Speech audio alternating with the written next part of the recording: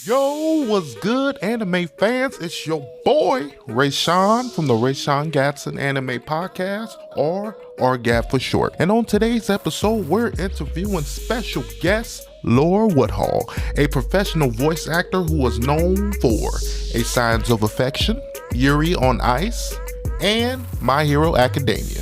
Join us as we dive into the world of voice acting, exploring Lara's personal journey and achievements, uncovering her anime origin story, and discussing our favorite actresses. We'll also be giving tips for anyone out there trying to get into voice acting. If that sounds interesting to you, then sit back and enjoy the ride. And don't forget to like and subscribe wherever you're listening. Before we get started, I just want to allow my guests the opportunity to introduce themselves. Basically, tell everybody where you're from and also what you do, and tell us your top 2 favorite actresses. They can be live action or voice actress. Oh, that's going to make me have to think here. Oh, no. So my name is Lara Woodhull, and I'm a voice actor based out of Dallas, Texas. You might know me for anime, video games. I've done a couple of toys here and there. And top 2 actresses. Ooh. Well, right now, based on what I'm watching, I love Michelle Yeoh. She is so versatile. And I mean, she's ageless. It's amazing the range she can do. And let's give one voice actress. Cree Summers. Okay. She did Susie on Rugrats, and she's probably one of the goddesses of voiceover. She's well known, but I mean, everything she does is amazing. And Debra Wilson. Oh my gosh, Debra Wilson. Yes, such a big fan. Yeah. 2 voice actresses I would love to talk to and basically pick at her brain. I actually got to meet Debra for a few minutes because there was a voice actor conference in Dallas, and she was receiving an award. Okay. And I was a huge fan of MADtv growing up, and I would mimic some of her characters. And she and I actually did a little back and forth in that character. And she's like, "No, you're saying it in the wrong part of the mouth," and she was correcting me. And it was kind of fun. Wow, that is so dope. Oh, to have that interaction and for her to actually be feeling and giving you tips and stuff, that is amazing. No.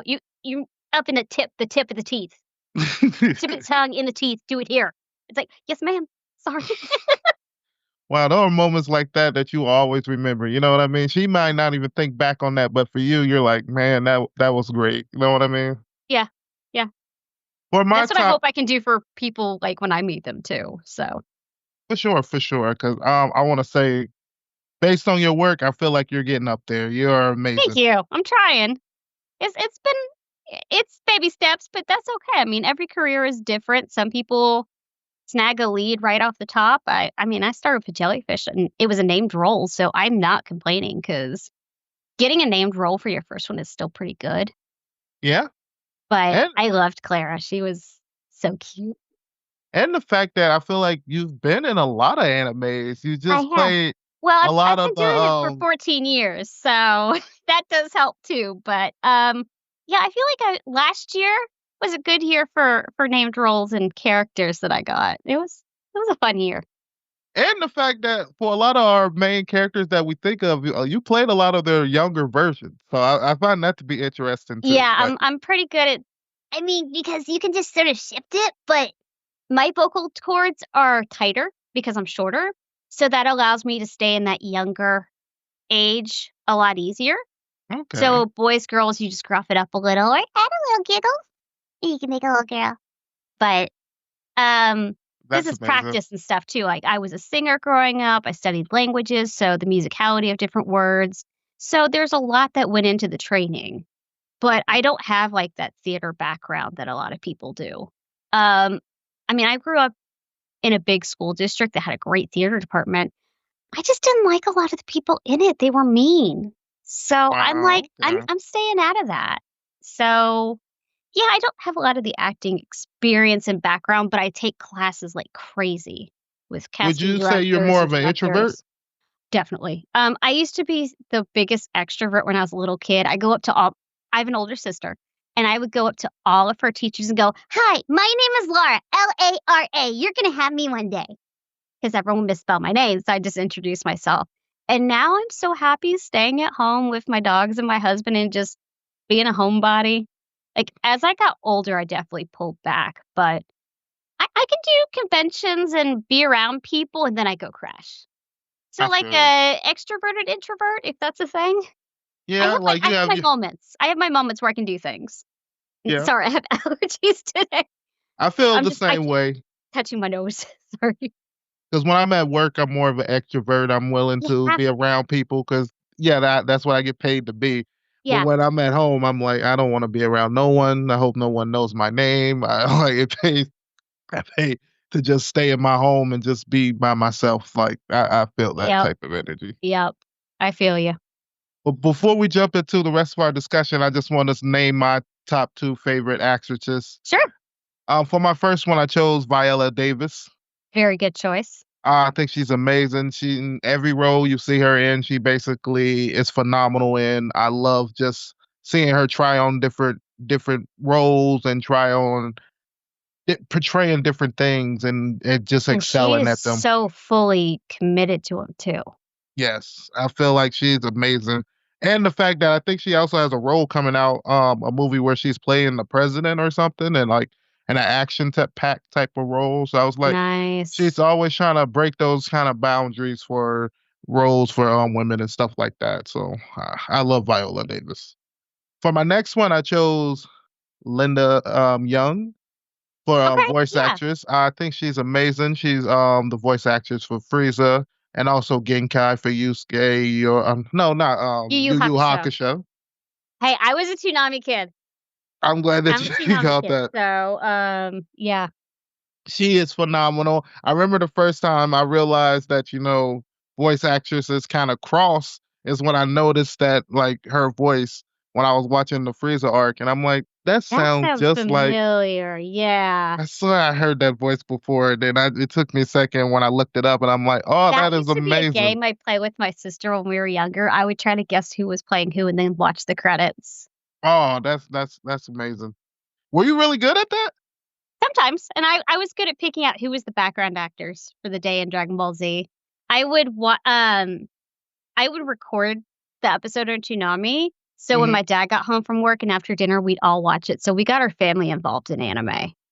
Wow, that's going to take us to conventions. So when they found out that this was going to be my career path, they're like, okay, this is kind of cool.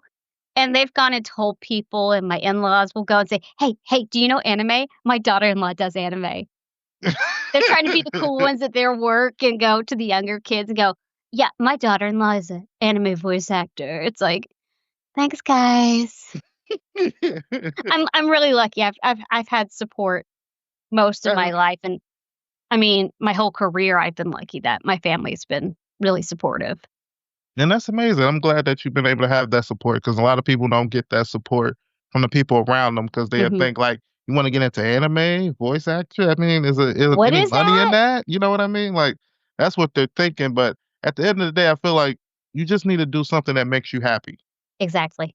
Because it's no point in trying to do a career that's just... Now, if it can make you happy and make you a little money,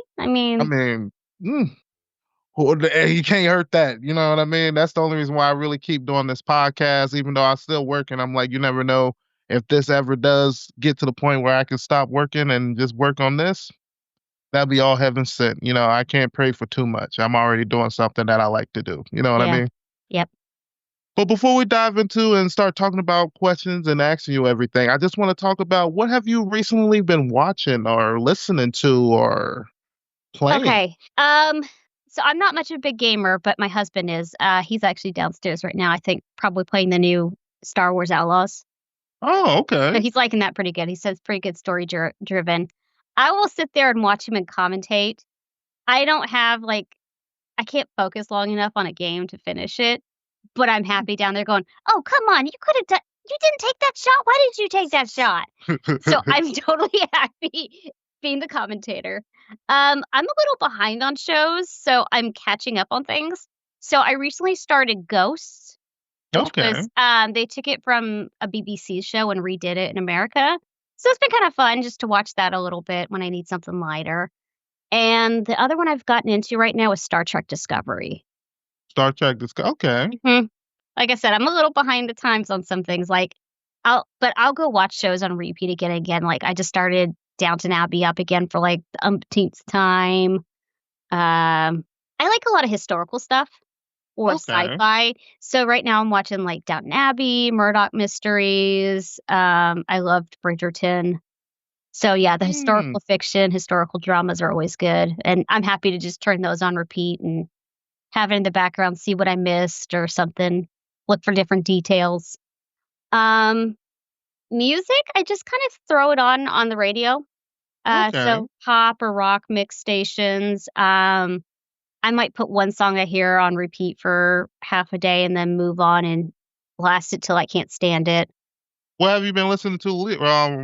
Like what artists? Like, Uh, I've been listening to that Bruno Mars Lady Gaga mix. oh, okay. That love song they have going. Yeah, I've been liking that one.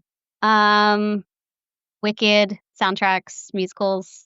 I'm happy to just Yes, I have wish those they as I'm could have doing done stuff. better I at I the. belt out if I can with them. I wish they would have won more at the Oscars. I mean, it just depends on the year and the judges. True. I mean, awards, yes, they're kind of important, but at the same time, they were happy with what they did.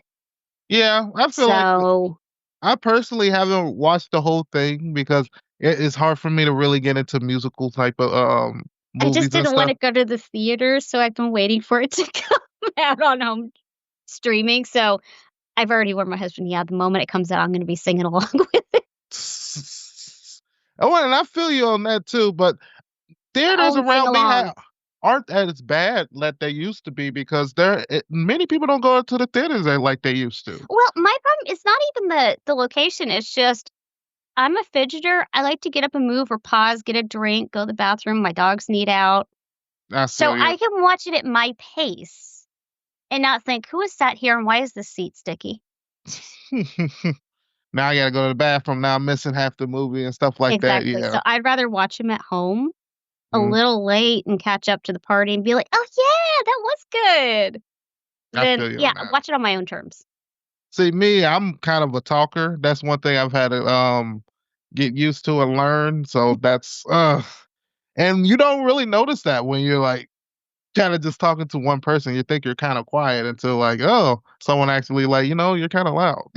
Like, do you mind? I'm actually watching. Oh, what's that? Oh, my. I didn't realize. I apologize.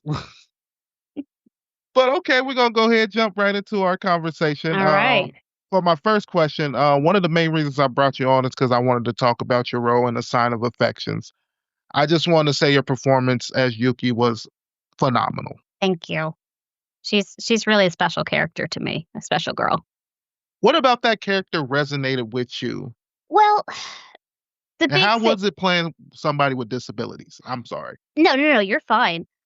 First off, there was a lot of discussion whether or not they needed the representation to be accurate there. The only reason they went with someone who was not with a disability is because it was Yuki's mental thoughts is what were being portrayed. So they decided, well, what's to say she does or doesn't have a disability or a speech impediment or anything. It's we had to imagine what she sounded like to herself. That So they makes sense. decided in this case to go with me.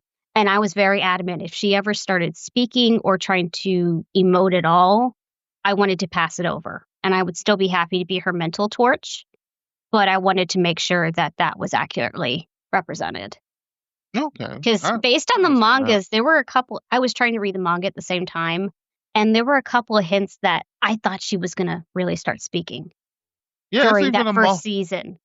it's So I was just getting prepped going, okay, have you found anybody just in case? Have you started thinking about this? But honestly, what I liked her is one, this was really the first character I've gotten to use my normal voice. I'm very much a child actor. I do a lot of higher characters, right? mhm. So she was very grounded, which is very different for me. But more than anything, it's this quirky, fun young girl who's discovering love for the first time. And I was a late bloomer. I didn't start dating till I got into college. But where I really brought it in was thinking about the first dates with my husband. So a lot of those cutesy scenes, I was picturing us and could I say that to him? And a lot of my personality, I think, came out through Yuki. So you're really getting me on a platter as Yuki. Okay. the So the you have kind of that. quirkiness, the shy energy. I mean, yeah, that's That's me. So what she stands for is a young girl finding her place in the world and not letting anything stop her, whether it's disabilities or anything hindering her. She just says, I'm going to live my life and I'm going to do it to the fullest. And that's what I hoped I could do. So, yeah, I really respected Yuki for the ambitions. I mean, she says, I'm going to date this guy and, I want to go travel with him. Okay, I got to get a job. I'm not just going to take for handouts. So, I mean, she figured out how to do this and started asking for help, which is always okay to do. You don't always have to do things alone. But it showed that relationships are a give and take. It's a partnership. And that, it's okay to ask for help when you need it. Yes. I think one thing also you can say is the fact that she even went to college and at a public college at that too. So I thought that was pretty cool about her character. It shows the fact that was her first time sort of in the real world and discovering who she was. Yeah, I think. Because I think before that she was always in private schools. It was a private school, for a hearing impairment school. So I mean, it almost works to a lot of the smaller schools that you have, like smaller towns, and then suddenly going into a bigger community college. True. That you really discover a lot of things about yourself that you didn't know, or just how big life is out there, how big the world is. What was the process of getting that role? This one was a little unusual. I actually did an audition. I was just called in, and the director said, because we actually do, every once in a while, we'll do sort of an open audition of sorts. They give us generic slides for here's a little boy, here's a teen girl, a more mature woman, creatures, and we send in our best takes and what that is to us. And they'll listen to them and read and listen through and narrow down. Then it's looking at whose availability fits with the season, because we go off quarterly at Crunchyroll. So we fill in hey, I'm going to be out of town this week, or these 2 days I really can't do anything. And if it really is a big enough schedule problem, they can't bring you in for a role. So I lucked out that I had the right availability and the right tone that Jason wanted, that he trusted me to bring Yuki to life. Okay. Do you have any favorite scenes from the anime? I love where she sort of gets all the crazy little face, Demon Lord! Because, that's my energy. I'm did I mishear that? What? Yeah. I'm that dramatic anyway, so that's why I said she really it was kind of creepy. She fit me so well. I think I really like a lot of the bar scenes, because those are the scenes where you get to really see her shy self and her trying to interact with the world. Who is he talking to? What? And I love the umbrella scene. Oh, yes, that was a great scene. That was amazing. Do you think there's going to be a season 2? I want season 2 so bad. I actually follow the creator on Twitter, and I have not seen anything yet. Okay. Looking at the manga, I mean, there's definitely room. They did change direction from the manga. Oh, okay. So they actually did put a clean finish where if it doesn't, it wraps up nicely. But I think there is room to continue from the manga. Yes, I think it'd be cool to see her kind of see different parts of the world. Are we saying spoilers here, or is this a spoiler-free zone? They move in together in the manga. Wow. Okay. That's really interesting. They move a little quick, but that would be a whole nother direction. That so they were going off to travel together at the end. Now they've come back and they decide to move together, maybe. So there's definitely room for a season 2. And now you fingers crossed. And it's not just because I'm in it. It's genuinely a good show, and I think it's really sweet, and I like it. Yes, I feel like this is probably one of my favorite shoujo romance anime that I've seen so far. There's a few that I'll probably put up there that are just as good, but to me, when it comes to animation, it was the storytelling, and it was an adult relationship. Yes, it wasn't cringy or anything, especially from the mindset of somebody with disabilities. You know what I mean? I felt like this was just a great story. it's just so many of them are based on middle school and high school, and they're like, my true love. I'm like, you don't know true love yet. You haven't even lived life. You know You're what I mean? 15. So yeah, I mean, yeah, it was her first relationship right out the bat, and maybe that's a little quick to say true love, but you know when you know. That's the thing I discovered when I met my husband is like everything just clicked so easy and moved And then effortlessly. I feel like he treated her like a regular person He from did. the first time they met. It She wasn't was a curiosity at first, but then he realized how much of a real person she was. And I think he respected that and tried to learn to, because I mean, he was a lover of language and culture. So that was just another way to communicate that he wanted to learn. And the fact that he also tried to dive into her world, like meeting her family and her friends and stuff like that. Like he didn't just like, oh, I'm gonna just talk to you and then just hop into your life. I want to not dissect and know everything about you and how you operate. So I feel like this was a pretty decent couple on both sides. Yeah. For my next question, I want to ask you is, what do you find most challenging about being a voice actor? That's a good one. Sometimes finding new ways to develop the characters, the tropes. The other thing is, in my case, I feel I'm typecast a little bit, like where I'm usually brought in for the kids. So being able to, again, just challenge and grow and show other sides that I can do. I mean, it still pays the bills, and I love doing the kids. They're usually the comedic relief in shows, so I love doing that. But I'd love to be a villain. I'd love to do something in my deeper range, and just trying to find the right time or the right director in the right show to let you play. So it's sort of the hard thing. So it's kind of hard to be able to show more of what you can do once everybody see you as something. I can see that. I can see that. But at the same time, like I said, it's not bad because I do like the character styles. And I mean, that means you have a consistent role. So, some work is going to be coming. Yeah, but sometimes it's like, you want to challenge outside yourself. of anime, it's like I'm sort of in between vocal ages. So a lot of commercial work, it's been harder to book because they either want really super young or they want to go that middle age. And I fit the age parameters that they want, but I don't fit the typical what they expect that age to sound like. So I have a very youthful, bubbly voice, and a lot of commercials are very grounded. And it's a challenge for me to remember to keep things grounded and tone things back.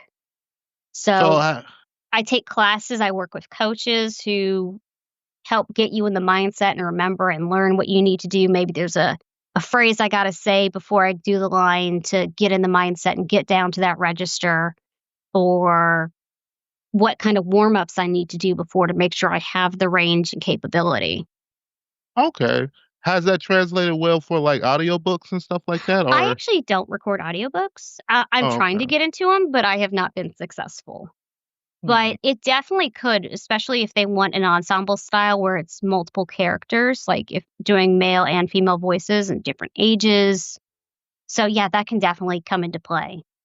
And it's not that I'm against doing them. I just hadn't really tried before. So I'm in the learning curve there. I haven't scored anything yet, but fingers crossed. Okay. I think I would want to do like kids books though, because again, that's where I know my vocal set is, and I think you're really good for kids books, especially because I feel like you got a voice that could probably bring all the characters to life. You know what I mean? Especially if you're just listening to it, and I think that'd be really cool. I always try to tell people not to, when you think of voice acting, just not to think about it as something like anime related or just exactly. And a lot of people don't realize it's like literally the announcements at the grocery store. Your train saying, "Coming to the right side, watch your step," or audiobooks, commercials, the answering machines at like CVS. I know the person who did the voice for the CVS menu. I mean, like, it's so much you can do. Even like roller coasters. I remember I talked to one voice actor, and he said he's the voice at 3 or 4 Disneylands where he's the voice of the certain character. I can't even think of. And I thought that was awesome. I was like, people don't think that it's so much you can do with voice acting. The one people don't know I've done, do you know Cabbage Patch Kids dolls? Yes. I'm the voice of a doll. Really? It came out in 2020. Yeah, I do the speaking and singing of a Cabbage Patch doll. What? That's pretty cool. And it's just for the doll, or was it for like the show or anything? No, it's just a doll. Wow. And that's that. Do you have the doll? Yeah.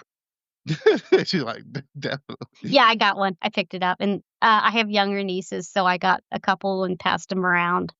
Well, that's pretty So cool. that's cool, like actually making an impact. Well, my next question I want to ask you: what do you find rewarding about being a voice actor? Especially doing like e-learning in the kids' toys is just making an impact like on kids' lives. Like I actually help ESL kids learn to speak English through one program, and it's like that's scary because if I say something wrong, they've learned for the rest of their life how to say something wrong. But even with anime, it's just some animes can make people feel good. They find a connection to it, and like I found a whole group of friends and stuff because I was an anime fan. So just that community that it can build. So helping to be a part of that's really cool. And anime is how I discovered I wanted to be a voice actor in general. Chris Sabat and Eric Vale came to our career day in middle school and spoke to kids. And I got to go meet them. I was in the other hallway because we had 2 hallways for 6th grade. So I snuck over during lunch and talked and was late to my next class. But just getting to meet with them and joke around with them and mimic some of their characters with them and stuff. Did people realize who they were? Yeah. I mean, there are only a few of us that were Dragon Ball Z fans in that school back at like 2001. Yeah, I'm saying it was 2001. I was the only girl that was into Dragon Ball Z. I was the weird girl in middle school. Like the guys didn't understand me either because I'd wear the Dragon Ball Z shirts. And they're like, you can't like that. You're a girl. I'm like, whatever. Man. But that's so unthinkable right now. Yeah, it's what made me want to do voice acting. I said, I'm going to do anime. I want to be a cartoon character. And I looked out to live my dreams. So it's being able to show people that if you set your mind to something and figure it out, you can do your dreams. So if I can just show that to people, it doesn't have to be anime or acting. I mean, but if it just shows that the hard work and dedication you put into it, you can achieve what you want. And that's what I hope to be able to give to a lot of kids too. Like I've gone back to other high schools and talked to, not career day, but I've done like talks with anime clubs. I go back up to my old college. I'm actually doing it in a couple weeks. My major program puts on a talk where they bring professionals different parts of the broadcast production. And I go talk as a freelance voice actor, like, and help them understand the process and different aspects of it. And there's people from like TV news stations, sports video production, audio engineers, and we all go and it's the opportunity for students to ask real questions before they get in and maybe find out and make connections. It's a chance to get ahead. Wow, that's amazing. I wish they had something like that here in Cincinnati, where I'm from, because I've been looking for something to try to get into anime related type of products. I mean, not products, but like in that field.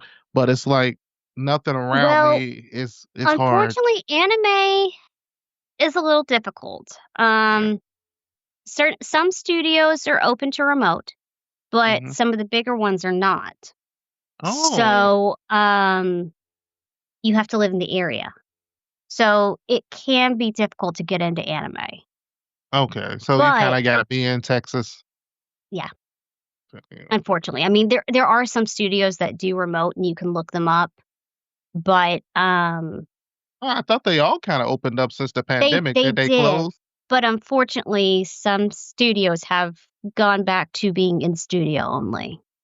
Okay, I can see, because that probably kind of closed down the talent pool a little bit. It did, and I can understand both ways. I will be honest, because I recorded anime in this booth that I'm talking in during the pandemic. I recorded Attack on Titan in here. Wow. Okay. But at the same time, we all have different setups, different volume levels. It created a lot of extra work for the engineers. So by having them in studio where they know that the gear has not moved position, that everything is always going to be perfectly lined up each time, the consistency really does make it easier to make a better product. So I can understand both sides. Yeah. When you say it like that, I can understand on that point of view. But it is doable. I mean, during the pandemic, Disney movies were recorded in closets. Yeah. And the fact that anime were one of those few. Anime was at one point. Video games, and I do commercials in this booth. I do a lot of stuff. I did remote. Here, I even had a worse setup when I started for doing e-learning. I had like this little foldable screen that had some of these on it to help break up a big room because I didn't have a booth yet. So, some people record in closets, but I didn't have cables long enough. So I made like this little tent with a blanket and that little panel and sort of made a cave in this room. Okay. And it worked to some extent. How long did it take you to get your booth set up? Well, once I decided that I was going full time within the year. Okay. Excuse me. There's some weight because they can be pretty heavy. I didn't feel comfortable having it in an apartment, and we were on the second floor. So I had to make do with what I could. But now that we're in a house that has a little bit better structure, we knew what the weight capacities and limits were. You mentioned your husband earlier. Is he a voice actor or in that field? He is not. No, okay. he's a reg guy. But he does like anime and he will watch it. Like Saturday mornings, that's usually our cartoons when we get up is some anime. See, going back and watching Sailor Moon, a little bit of One Piece now and then. I think Friend Ren is going to be on the watch list pretty soon. I'm a Saturday morning cartoons guy too. My brother and my sister they all new to this Friday morning thing, and I'm like, that's not me. I like to watch all my new stuff in the morning on Saturday because that's just what I'm used to. Slow to wake up and just a couple episodes here, and then you go on for the day. Man, can't beat that. Mm-mm.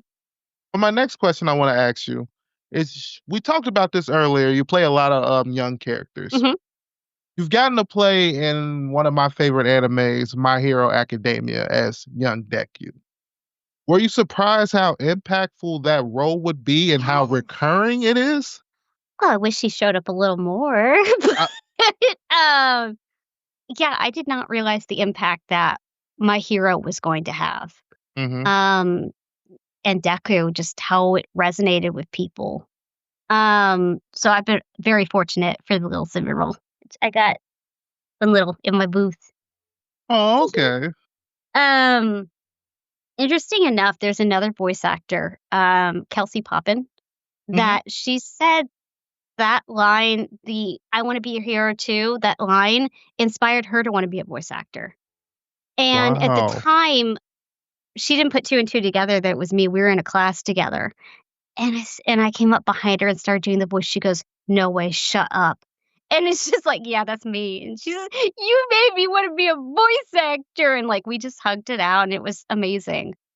But I've met kids dressed up as Deku, as mom. I just saw a video of somebody dressed up as his mom with a little kid in the onesie on Twitter. I mean, it's been amazing. And the girl who, did you see the post about, she saw Shoto with his scar and she said, "It's like me." She had a birthmark. Yes. Oh my God, that almost made me cry. I mean, that was so beautiful. And everyone has made fan art of that. And yeah, people don't realize how important representation can be because a lot of people don't even realize that they can be something until they see that on screen or something like that. So I find that to be really cool. Yeah. And something that you brought up earlier, talking about your role with Yuki. So I thought that was pretty cool that you brought that up too.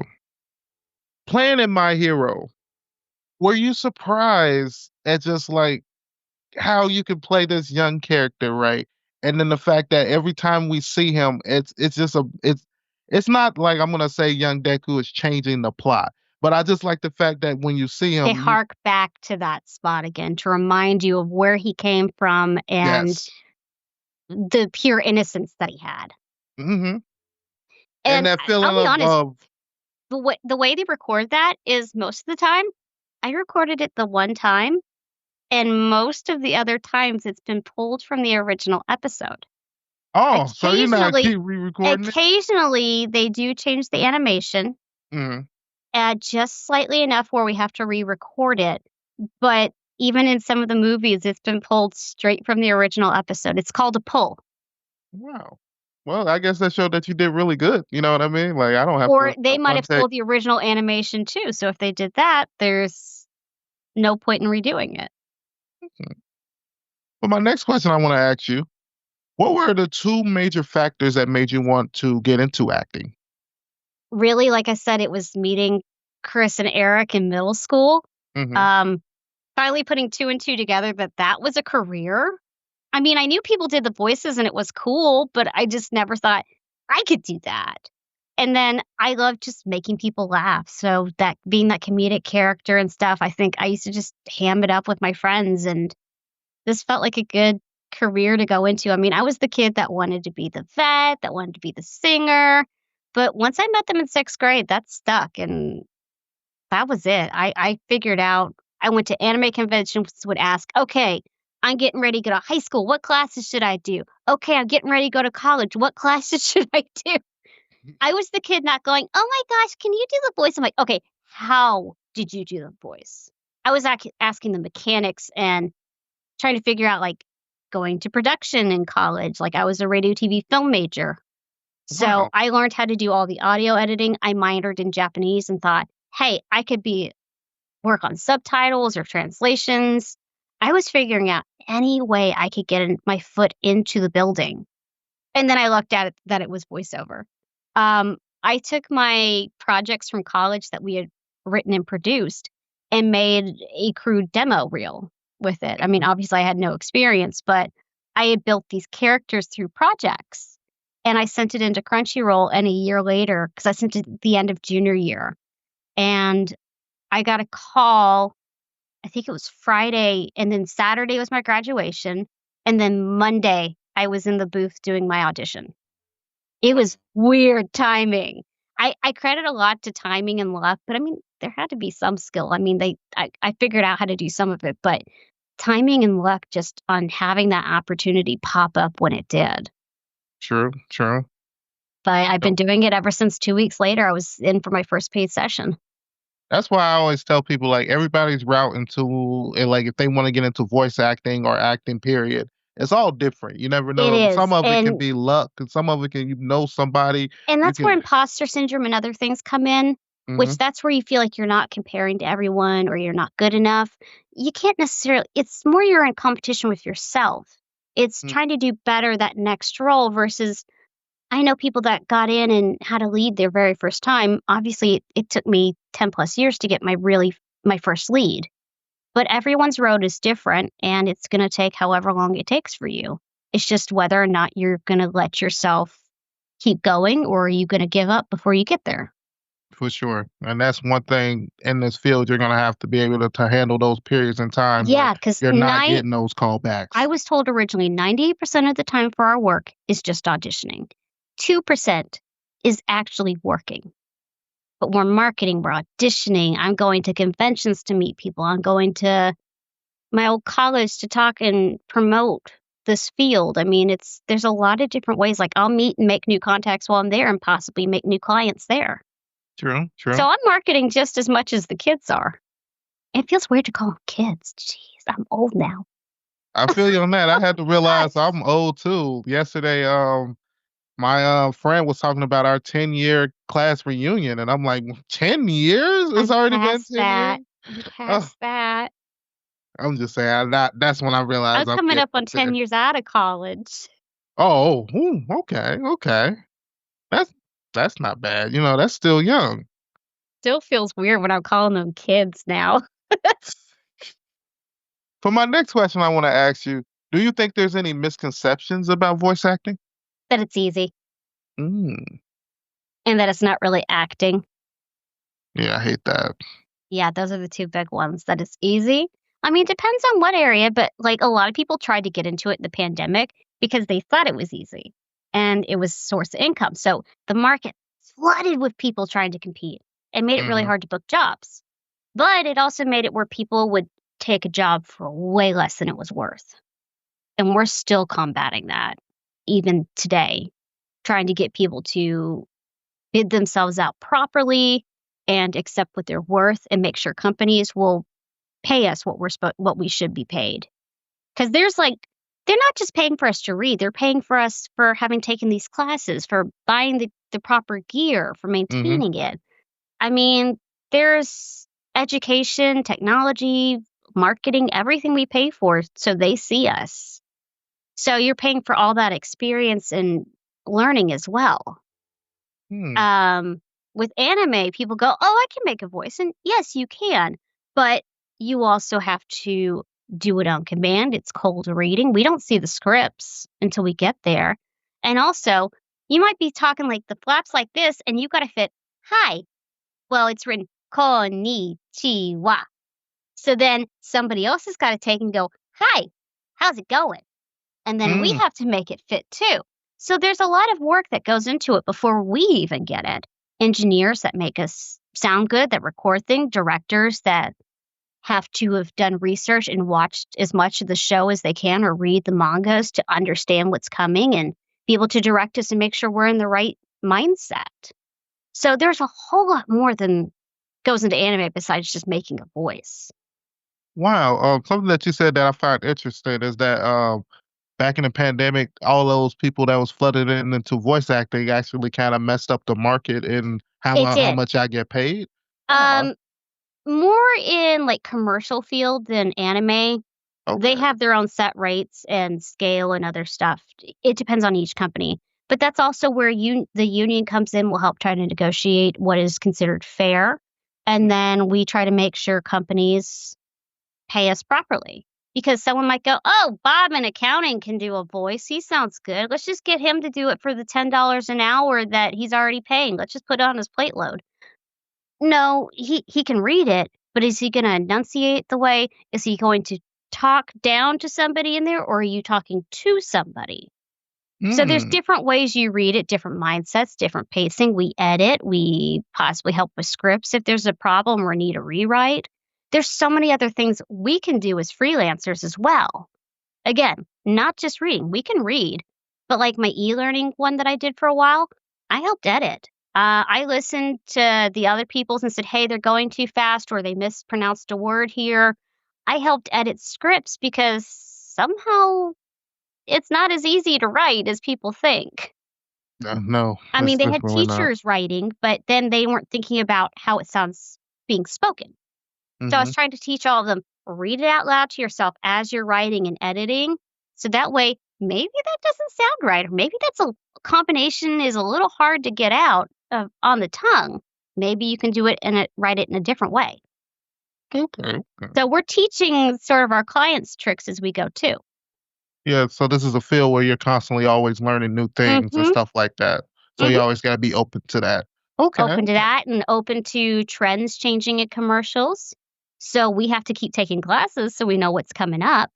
Yeah, and then you got technology. Video games and anime have even changed since I started. They were very bubbly and big before, and now it's more grounded, like Yuki. True.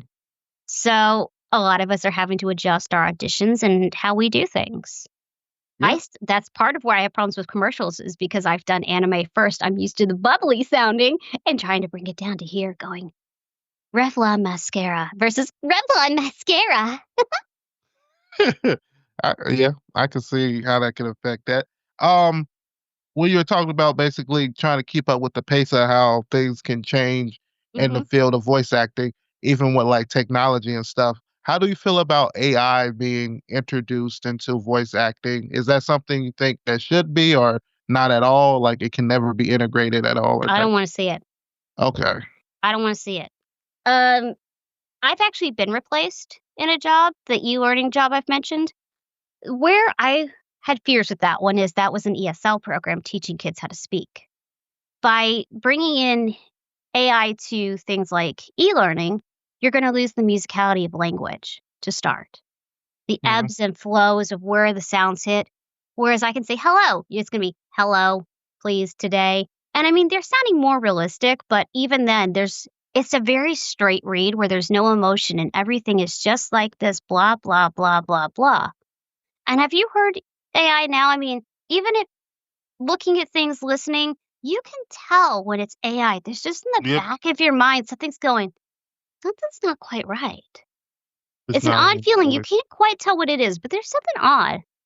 And then you start counting the fingers on the images. But where it can be damaging is, it's been done a lot already. People are taking lines from anime, putting them into an AI to let them say whatever they want to say. Now, it can be cussing, it can be derogatory, it can be racist, it can be just something you don't agree with. And suddenly that's out of your hands. Yeah. And that's a scary thought. I mean, they were showing how easy it was during the presidential election. I think they did a deep fake of Kamala Harris just to show how easy it is. I think they're showing how in phone calls, all these old people, you already had scams of people trying to get money out of people, but now they can get somebody's voice and target somebody specifically and say, help me, I need money. And you think that's your real son or the relative or something. It can be dangerous, but more than anything, it's just we have no control of what's being said or how. And then for the reason like there's a strike on video games is because they want to record people's and feed it through and then no longer pay. They want to do a one and done payment. They're taking away work from us, but not paying it, even though they want to use us. Well, keep using your voice, but they don't want to pay you. They don't want to pay. They want to make a voice bank. And that's where the negotiations for SAG are stepping in. Now, non-union will follow some of the leads of SAG. And there are things, NAVA is a group that has put out an AI writer that a lot of us use.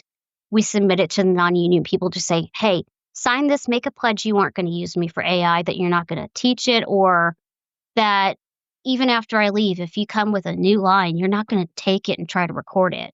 Come find me, come hire human. I mean, we're already worried about the economy. What harm is it to go ahead and pay somebody else instead of paying a computer? By the time it takes you to feed it in there, get it tweaked, and get it to sound exactly like you like, we could have already done it and sent it back. It takes almost just as long. And we at least have the emotion and understand what you're trying to do. You're just trying to cut costs, and so hashtag hire human. No point. For my next question, I want to ask you, what emotion do you find hard to portray? Deep sadness and anger. I mean, there's a lot of screaming and a lot of sad spots, but where it is the breath control. You run out of air. So it's learning to control your diaphragm, and that's where singing and warm-ups and exercises, because all of these are muscles. Just like if you work out and have arm day, leg day, you need diaphragm day. You need vocal cords day, because that's a muscle too that you train. So it's just building up the tolerance and the experience, just like any other training regimen. But that can be hard. I remember years and years ago, the story of Sean Schimmel when Super Saiyan 3 happened for the first time. Rumor is, and I think it's true, he passed out in the booth. Yeah, I've heard that. That's just because so much air. And honestly, I do some auditions where I'm screaming. I did a horror audition recently, and I finished the scream and the panic attack, and I was dizzy in my booth. Wow. Because you just stop that breathing. It's like you're really getting into the character and like the panic attack, and they don't breathe when you're in a panic attack. So you go, and then you're like, I'm out of air. And sometimes that's why it's good to have a desk or a chair and like, okay, let me sit for a second. Let me get some water. Let me calm down. But it can be intense. And that's why they're also, again, with the strike, trying to put protections in for stuff like this. They want to pay mocap people and people that are learning all that stuff the same rate and not pay them for having to learn how to do stunts. I know I'm not a stunt person. I'm not going to do that. Yeah. But if you want to make me, pay me. Sure. Find that interesting that you talk about that, because I feel like if I was a director and I was watching you like about to pass out, I'd be like, well, then they'll cut you and then say, okay, why don't we take 5, get some water. A good director will watch you and take care of you. Okay, because I'm thinking like, man, I know it's like, is she acting or is she passing out? Like, I did a session at the end of last year for a horror game. It's called 3 Minutes to Midnight. And they were really good. They kept on top and said, okay, how's your voice feeling? Do you need to take a minute? That was obviously a very hard scene. How are you feeling? They were really good and on top of things. Okay, that's pretty good. I like to hear that because in my mind, I'm like, I wonder if they just sitting there like, is she acting? Is she about to really? She passed out. We going like, that just seemed like a lot right there. And I know for me personally, I probably be like, okay, we need to stop. Do you need a deep breath? Okay, we check. It's the best way I've heard it is you have to allow yourself to go there because it's bringing in real moments of your life to enhance it. Kaya was very hard for me in Attack on Titan. Allowing myself to let something real in. I had a family member murdered, and Kaya talked about her family, her mother, and then someone she thought of as a sister being murdered. And I let myself go there. It was cathartic, but at the same time, it was so hard. I was sobbing after that and really had to step out of the booth for a minute. And no one knew what I was going through until I told them after. It's not a part of my life I share a lot. But Yeah. I was in a class with Andrea Toyos, and she said, your life has happened for a reason. Allow yourself to live your life and let it out, because that realism is what it takes to really bring a character to life. You are adding part of you into that character. And I felt very guilty after thinking about it. It's like, did I just use their memory? But it's a part of my life that really impacted and shaped me in my adult life. And digging into that, I think it helped release some emotions. I got to say some things through the character that I had really wished I could say when it happened. Wow. So it was a little cathartic. That's amazing when you're able to kind of really put real life emotions into your characters and really bring them alive and kind of relive those moments and kind of see them from a different perspective. Because sometimes then you can kind of be like, okay, I can kind of go back at those moments and kind of see them. That was a character you don't usually say you can relate and understand to. Mm-hmm. But I could in that case. And I let what I understood about that help color what we did. Mm-hmm. For my next question, I want to ask you, if you weren't doing voice acting, what do you feel like you would be doing now? I honestly don't know. I have asked myself that so many times. While I was part-time, I was at retail. I've done customer service. I was a studio photographer. I don't know. I'm now thinking maybe personal shopper. I love doing antiquing and going to flea markets, and I'm really good at picking out Christmas gifts. So I think that would be kind of fun. But I don't know. You feel like you're audio production, calling. video production. I mean, I did my major for that, and I did enjoy it when I worked at some studios. But this really has been my calling. Mm-hmm. That's interesting. I'm glad that you were able to find something like that and jump right into it. I feel like for myself, I'm still trying to find that passion that I want to do. And that's okay. I mean, it can take time, but when you find it, you will know. Yeah. And you'll be like, how did I not know this before now? It's just something's going to click one day, and you're going to find that and go, like a light, the clouds are going to lift up, and you can be like, how did I not figure this out sooner? Have you been interested in doing anything like directing or producing in anime? I actually did a little bit of assistant directing at one point. Oh, okay. I was assistant director for Yuri on Ice back in 2018. Wow. Okay. That's one. I like Yuri on Ice. Yeah. So I sat in and shadowed with Sunny, and then a couple of times when he had to step out, I was recording and taking control.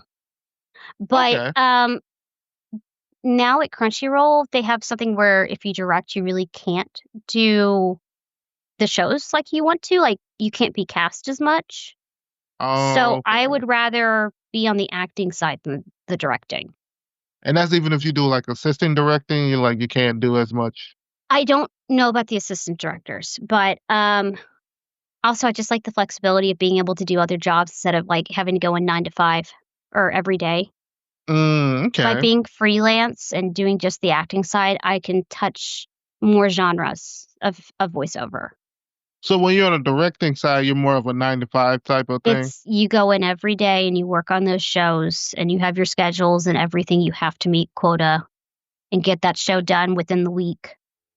So there's a lot of stress that goes into it, and I'm happy leaving that to other people. I can understand that. I'm very much a type A person, and I know it would be good for the product, but bad for me.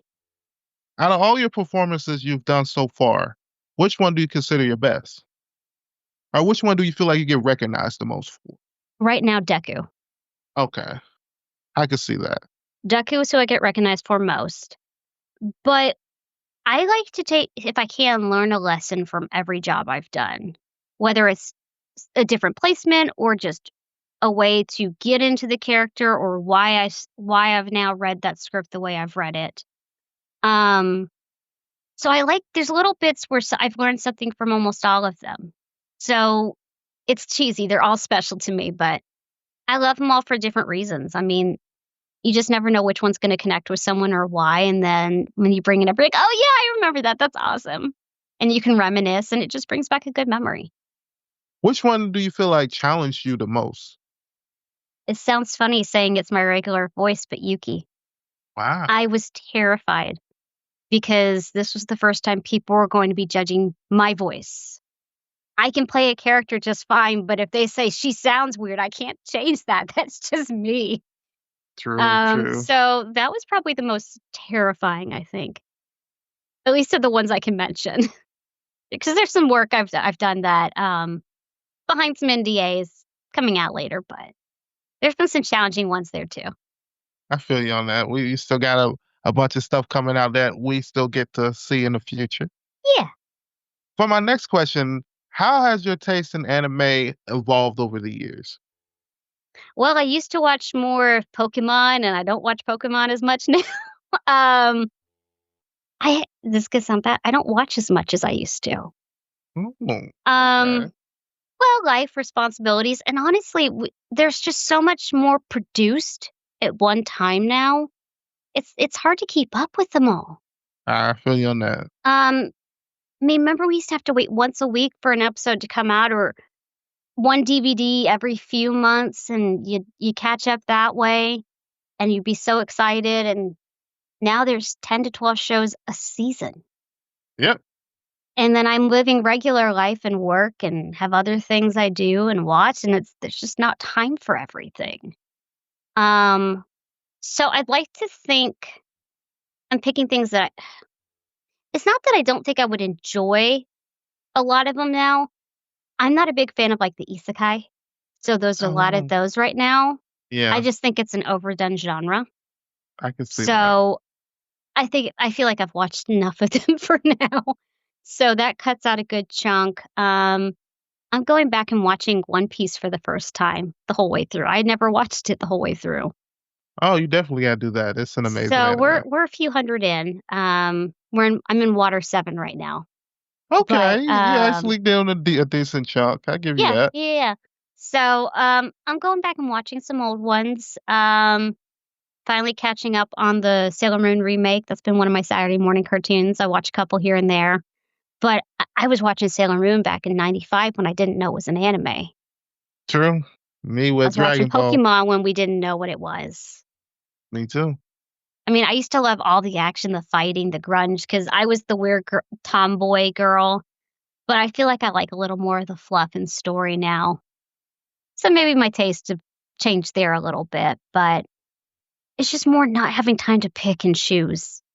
And then feeling like the guilt that I missed something maybe good. I should have watched that one instead. But I committed my time here, and I'm going to finish it. Darn it. Me on that. If you could shout out anybody that's been a good support system to you for over the years that's helped you get to where you are right now, who would you want to shout out? And also, can you tell us why having a support system is good? Well, first of all, I'm going to say my family, because, I mean, they found out we liked anime, and our parents were like, okay, show it to us. Let's see what this is. Because I think it was really the monitoring what their kids were watching, and I didn't think about it at the time. I'm just like, this is so awesome. We got our parents to watch this. But my dad would sit down and watch Ghost in the Shell with me because he liked it. My mom liked Full Metal Alchemist, so she'd pop in and sit down for an episode or so. So it Oh, that's was pretty cool. really having the whole family involved. My sister watched Dragon Ball Z and would cosplay with me when we go to conventions. So that has been a huge blessing, is just having the familial support from the beginning. And then me saying, this is what I want to do. And they're like, okay, well, how can we help you? Let's find the right college for you. Let's find the right program. Who do you need to talk to? Um, I have a friend that does a lot of animation casting and knows a lot of people on the producer side. His name's Everett Oliver. He's become sort of a mentor to me on the coaching and animation side. Um, he started off working as a booth director at an agency, which means when people would come in to do their auditions, he would help coach them and direct them. So he knew a lot of what was coming and going and who to talk to. So he's helped put me in contact with people and really helped me get my foot in the door for some agencies, which helped get some auditions, different jobs. Let's see. Also, my old college, I'm going back because they still reach out. They still comment on my Facebook posts, or they're excited for something I did. They brought me in and did a screening of Wolf Children right after it came out and let me do a Q&A with the students because they were excited that somebody from their department was doing something big and different. I That's sort of amazing. started the trend of voice acting in that department now, and a couple other voice actors have gone through that major and that program that I know now. But I went in there and talked to the counselors and stuff. I said, I want to do voice acting. What do you got for that? And they said, I have no clue. Let's go around and talk to the professors. So I got taken on a tour and they were showing me, meeting people. And some people are still there, like who I'm going to go see in a couple weeks. One of my professors that was a big mentor at the time, he's passed away, but he was a radio DJ for years and years in Dallas. And Okay. he was a favorite of everybody in the department. It was a real shame when he passed away. But I mean, I would still reach out and email them, and they're still just excited to hear what we're doing and watching us grow beyond what we've done. So I was lucky to have good professors in college too. Yeah, that's cool because also your success also just highlights their program too. So it's Hmm. like, why not give you flowers when you do something big? You know what I mean? And I mean, yeah, there's been directors that like Chris Bevins who gave me my start. I mean, if it wasn't for him and Princess Jellyfish, I wouldn't be here. So I always got to thank him. Winding down to my last two questions. Okay. For my next question, I want to ask you, what advice would you give to someone wanting to get into the voice acting field? Because I know every journey, because we talked about it Yeah, earlier, and every that's journey is one of them. different. Every journey is different. So give What? yourself time and the grace to try and fail Mhm. because not everything's going to work. And then you just have to try something else until you find what does. A big thing I always tell people, learn to understand your voice and be able to critique it. A lot of times people will say, oh, I sound weird on that phone message or whatever. I hate how I sound on the phone too. I mean, it distorts you weird. But until you can listen to your recording and go, that sounds weird, you got to get past that sounds weird. It's why did it sound weird? What can I do different? What can I change? How can I edit it? Once you can get to that point, you can do it. You got to build up to getting past being used to hearing yourself. That is the Mhm. hardest thing for a lot of people to get past. But that's the real first hurdle. Yeah, I can say doing a podcast when I was first Yeah. doing editing, listening to myself was the hardest thing in the Yeah. beginning because it's like, oh man, I didn't know I sounded And like that. sometimes I still go about like, I sound weird. I'm just going to redo that. But it's okay. Was it because of the pitch? Did I pop something? Is there a weird mouth noise? What's going on that really Mhm. is the problem? And also be open to criticism, be open to coaching because they've been through where you've been through. And obviously they know something. There's a reason they're teaching or a reason why they are where they are now. Listen to them. True. It's never wrong to take some criticism in and actually try to learn from it. You know what I mean? Being directable is one of the best things you can be. Because if you've got your read in your head and you're stubborn and won't change it, it might not be the read your client wants. True. So you got to do what they want to do because they're paying you. They're not paying you for your opinion. They're paying you to do what they want you to do. Yep. and it's a very networking field, and you don't want people to think you are not hard to work with, because Exactly. once one person thinks that, It gets around. another person. Yep. But my next question I want to ask you: what ambition or goals do you have yet to fulfill in the field of voice acting? I would love to be in an American animation show like Cartoon Network, Disney, Nickelodeon, something like that. I have Like been a regular auditioning. show? I call them the Western shows versus anime. Mhm. An American animation. That is my next goal, I think. Okay, that'd be pretty cool. I've been auditioning for those for years, taking classes, and I feel like I'm getting closer. And it's going to happen one day. Hasn't yet, but that's okay. I've learned a lot along the way, and I'm Mhm. feeling more confident with each audition I submit. That's good. I'm glad. That's the most important thing. As long as you feel like you're getting better each audition. Yes. Is there anything else? Do you want to do a movie or? Oh yeah, I'd love to do an animated. Well, I mean, I've done anime movies like Wolf Children and some of the others, but yeah, I'd like to do like Pixar. I mean, I'm not the best singer, but who doesn't want to be a Disney princess? Mhm. For sure. That's why I think I could do like Disney Junior, like the preschool songs and stuff. I can do that voice range and sing there and have fun. And earlier you were talking about you might want to do villains. Like, what type of villains would you want to play? Or? Any. The eviler and creepier, the better. Okay. Well, I think that's pretty cool. Because I'm definitely like the cutesy character mostly. So doing something like, I don't know. Are you okay with cussing? Like, I want to be a go bitch. ahead. I just want to be a full-on bitch at some point. Like, if you could think of a character that you would want to be like, who would you want to be like portray? I don't know. I don't know. I just really want something like dark and gritty and like good backstory. Someone like the Joker from Batman? You want something like evil like that? Sure, Okay. kind of evil like that, a little twisted. That'd be interesting. I can be a bit of a smart ass, so that'd be fun to play on a little more. Okay. Well, before we wrap up the interview, is there a question for me or anything else you want to talk about before we wrap up? No, I think we're good. I think you covered some good questions, good range. Okay. Okay, I got one for you. What's your favorite hobby outside of podcasting?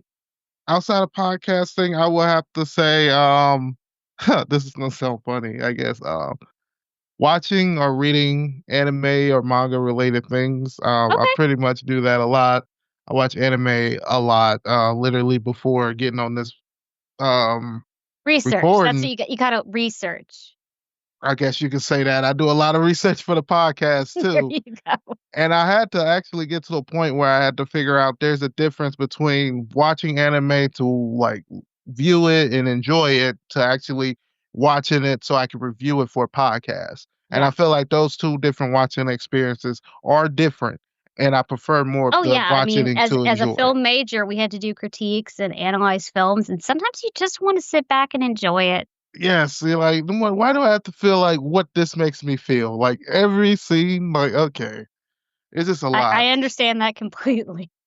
Because I always think to myself, a lot of people do this already. They already go and review animes and stuff like that. And to me, it's like, what opinion can I have that almost 1,000 people who've already done this haven't already have? Like, I feel like that's an interesting thing. But I also like to still review and give my opinions and stuff like that too.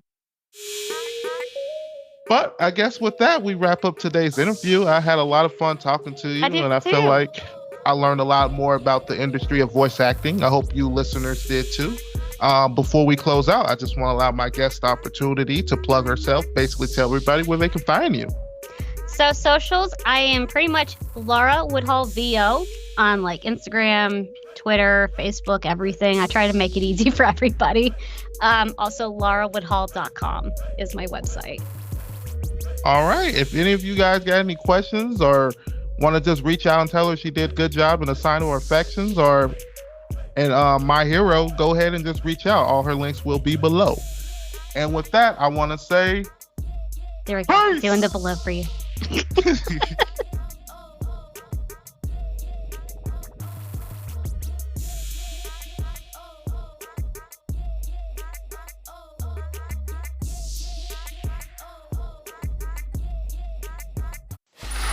Free audio post-production. by alphonic.com.